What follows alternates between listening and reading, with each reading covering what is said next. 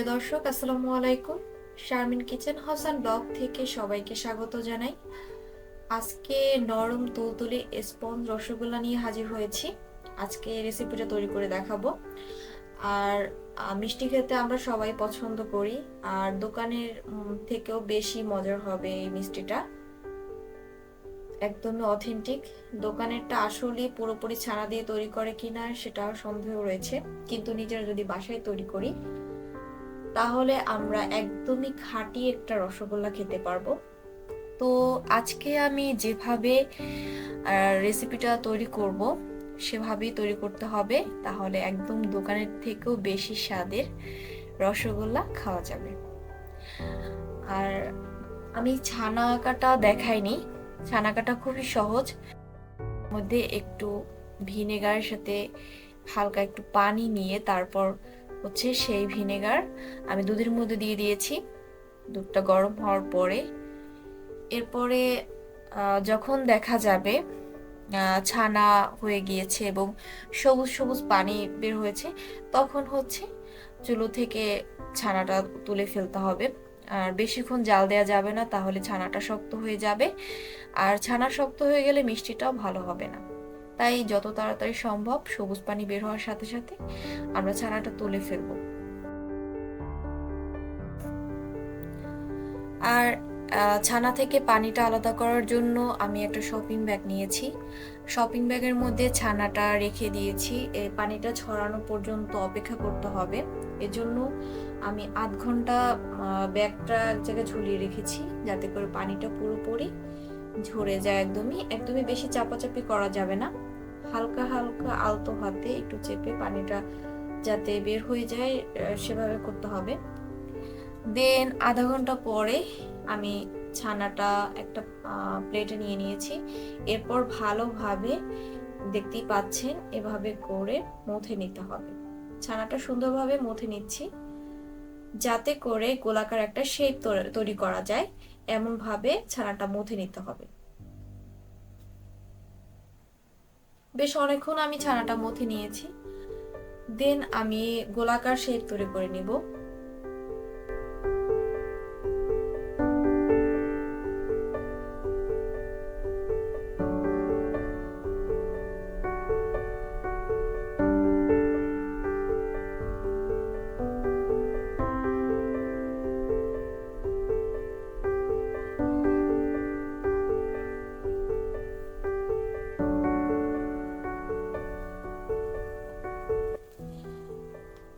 আমি half KG দুধের ছানা কেটেছি, আর এতে আমার একটু বড় সাইজের মিষ্টি তৈরি করেছি আমি।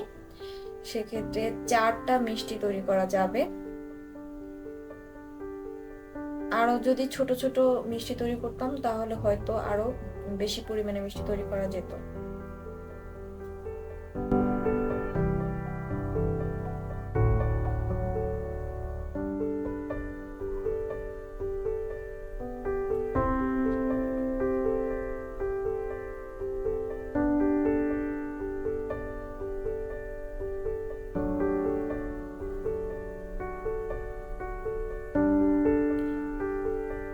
দেন আমরা মিষ্টির জন্য শিরা তৈরি করে নিব।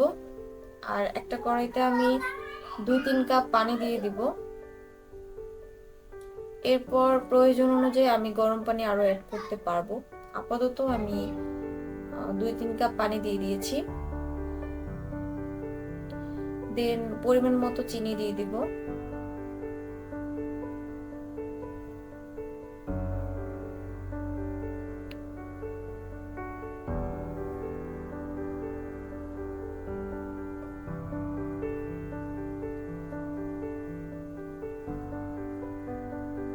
যখন সেটা ফুটতে থাকবে তখন আমি মিষ্টিটা দিয়ে দিব।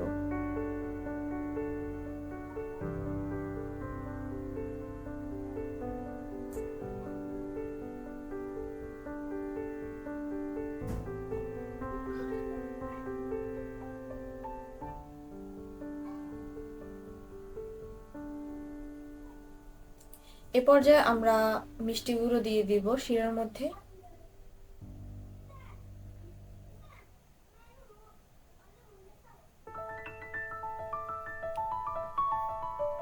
কিছুক্ষণ পরে আমি ঢাকনা দিয়ে দিব, আর প্রয়োজন অনুযায়ী গরম পানি দিয়ে দিতে হবে।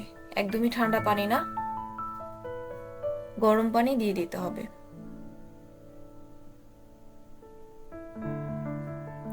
আর যদি দোকানের মতো স্বাদ পেতে চান তবে অবশ্যই মিষ্টি কমপক্ষে 1 ঘন্টা জাল করে নিতে হবে। মিষ্টি যদি 1 ঘন্টা জাল করে নেওয়া যায় তাহলে একদমই দোকানের থেকেও বেশি স্বাদ পাওয়া যাবে। তো আমি 1 ঘন্টা জাল করে নিই, কারণ হচ্ছে 4টা মিষ্টি, সেজন্য আমি অত টাইম জাল করিনি। আমি 15-20 মিনিট জাল করে নিয়েছি, তাতেও মাশাআল্লাহ অনেক মজা হয়েছে। কিন্তু যদি আমরা দোকানের থেকেও বেশি স্বাদ পেতে চাই তাহলে অবশ্যই 1 ঘন্টা যাবত মিষ্টি জাল করে নিতে হবে। এবং সারা রাতের জন্য যদি মিষ্টিটা ভিজিয়ে রাখা যায় শিরার মধ্যে তাহলে আরো বেশি টেস্ট পাওয়া যাবে। তো আমি 15 মিনিট পরে সরা উঠালাম এবং দেখতে পাচ্ছি মিষ্টিটা প্রায় হয়ে গিয়েছে।